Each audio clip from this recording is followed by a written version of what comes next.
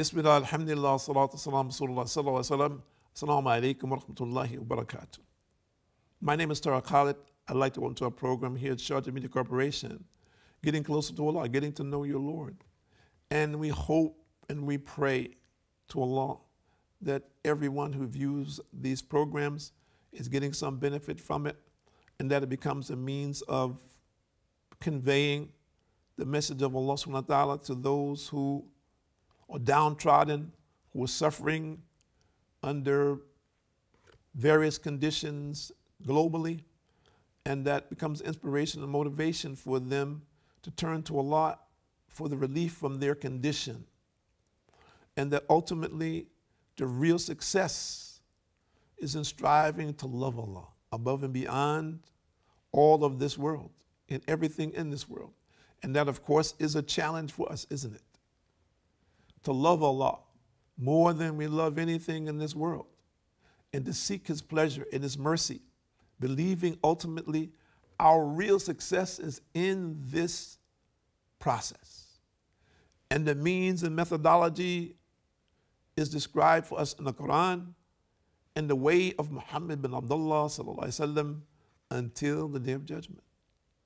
So where do you stand in relationship to that?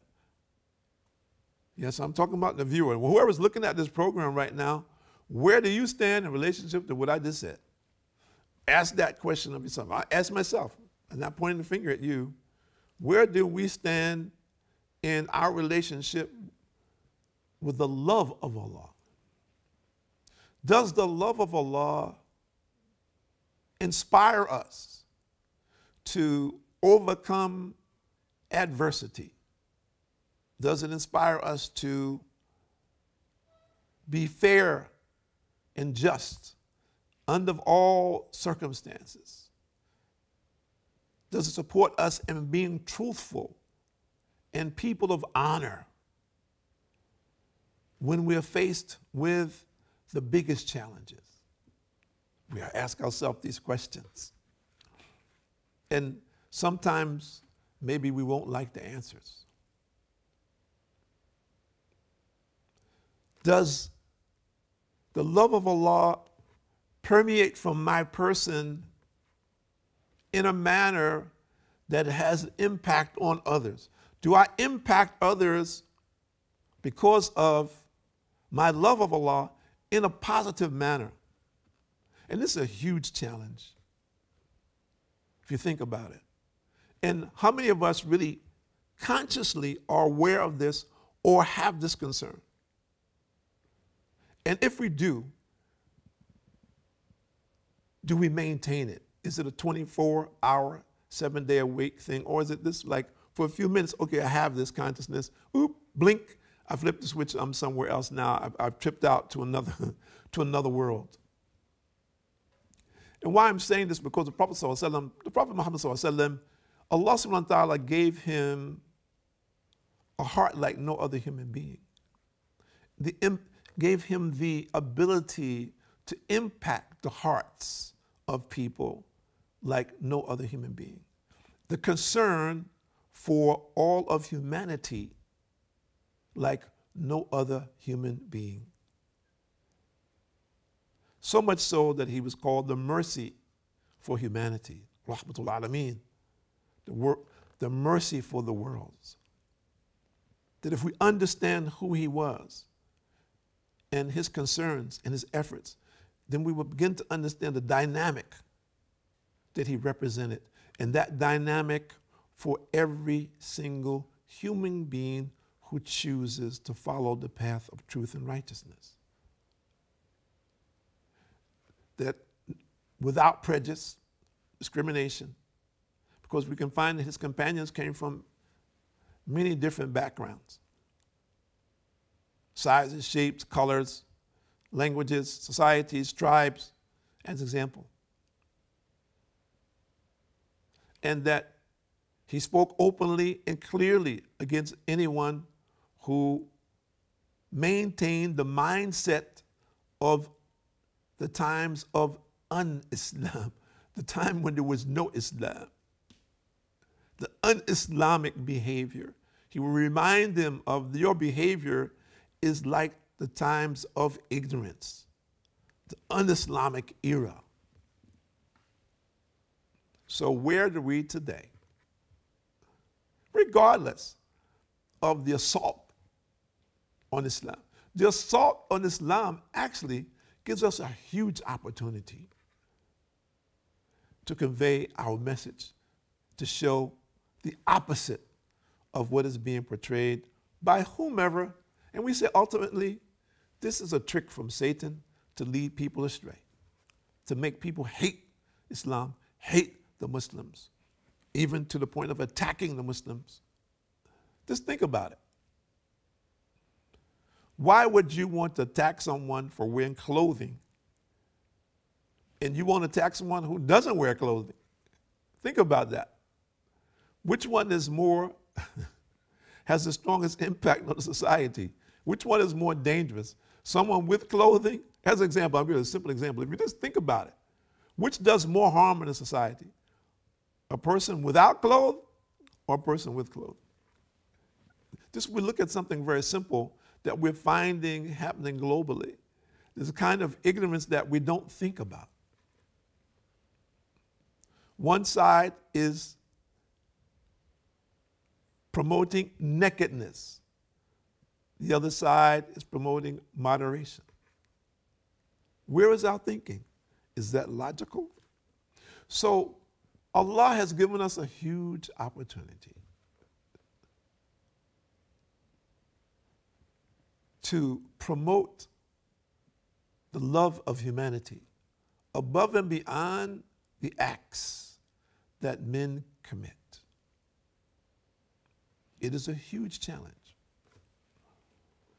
to maintain this mentality consistently, to develop the patience and understanding, comprehension, and of course, more importantly, after that, application. Because we're really concerned about the condition of humanity. The Prophet ﷺ, he understood exactly the condition of humanity. He saw the hellfire. He saw the paradise. It was not a myth for him. It was not theory for him. Allah allowed him to see it, to see the condition of the people. So he knew clearly, as an example,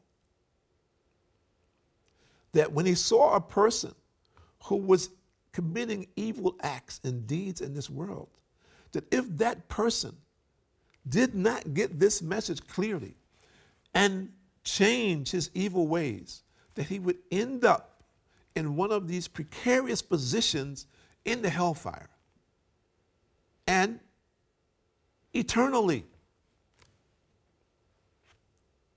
I've asked people over the years who have been oppressed about their oppressors. I said, here's a man, I won't name a person or a society. Here's a man, he's a global figure. The world has identified him as an oppressor. He has oppressed you. He has oppressed your family, your people, your nation. I'll ask you one question. I accept the fact that all the facts have come in about this person. He is an evildoer, no doubt. He deserved to be punished, no doubt. Everyone is in agreement, agreed upon this, but maybe his own little group of people who surround him, okay, who themselves are cultivators of evil and lost in this. One question. Do you feel sincerely that that man should be in the fire of hell forever? Think about it. Is your heart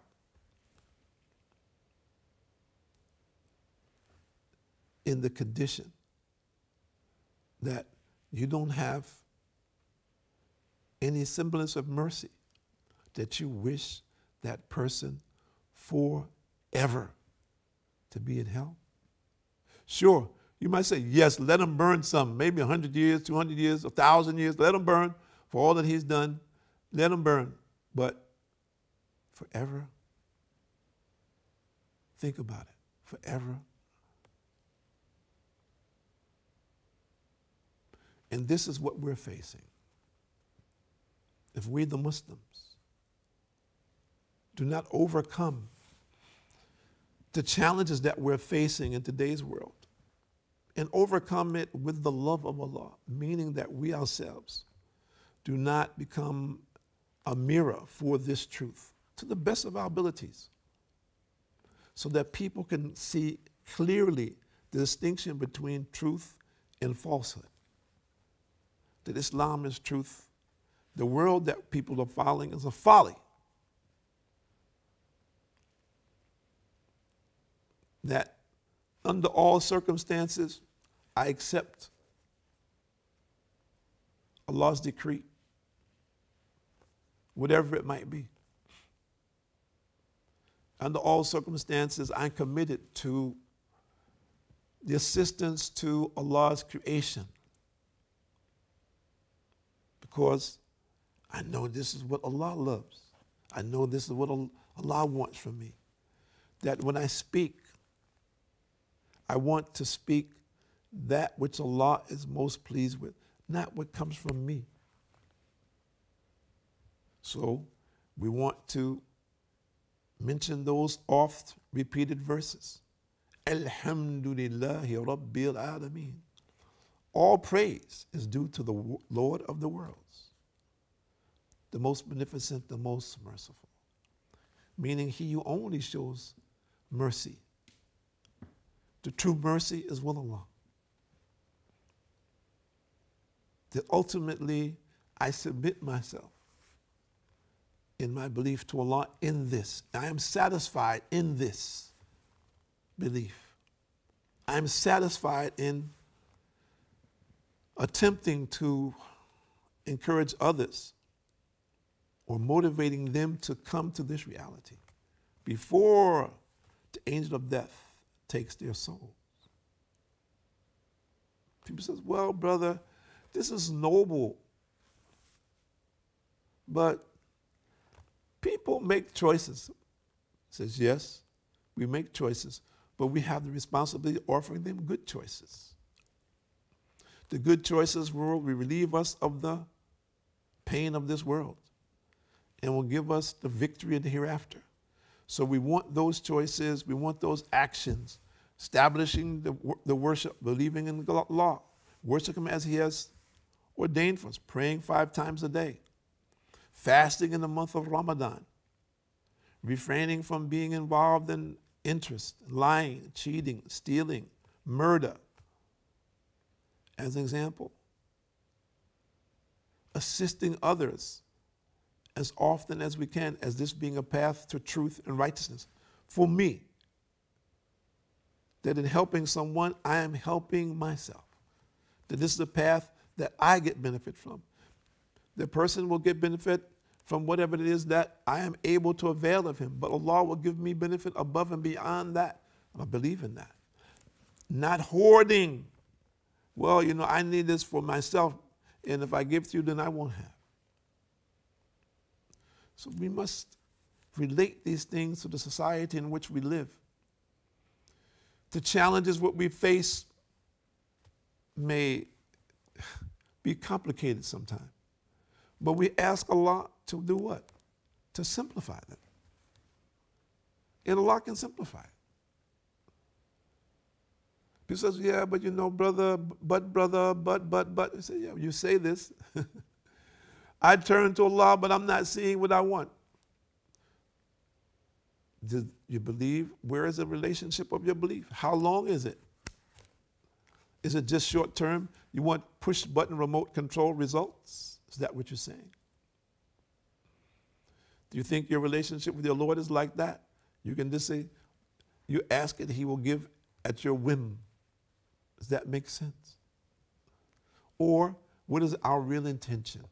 Are we serving Allah because we believe, and ultimately we believe that this is the way that we should live, and in this life there is goodness, and there's a blessing in this life, that which we see and that which we do not see, and that we should be satisfied in this, believing that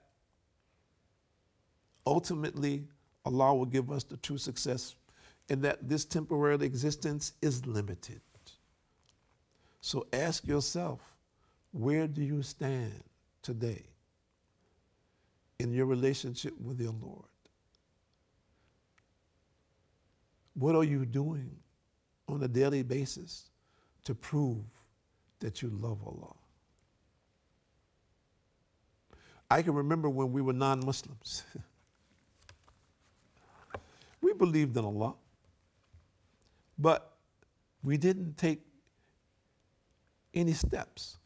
We didn't make any effort, because the life that we were living, we knew that that life wasn't a life that was pleasing to Allah, but it was pleasing to our desires. And we felt, well, we don't want to confuse the two things. If I make a commitment to Allah, then when I cross that line, I don't want to go back on the other side. I know what's on this side. I'm dealing with whatever is here. I'm enjoying or whatever it is that I'm doing, and I'm not ready to sacrifice to be on the other side. But there's something that happened to us. Many of our friends died on the other side. And today, still dying, they did not cross the line. They did not make that distinction between the life of this world and understanding the life that pleases Allah. To change from doing the things that are displeasing Allah to the things that Allah is pleased with. They couldn't make that transition. We need all of us to make this transition now. Strive to love Allah more than anything in this world. In this, the world becomes a place, a temporary place. We accept whatever is in it. We live in it accordingly. We live in it, but not of it. People say that's very difficult. Live in the world, but not of the world. Be outside of it. See yourself outside of the world, because we're leaving this world.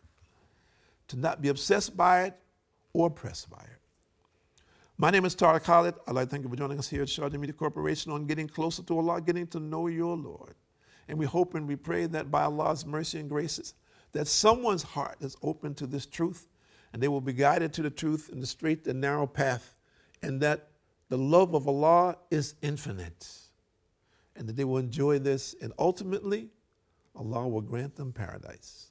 Assalamu alaikum wa rahmatullahi wa barakatuh.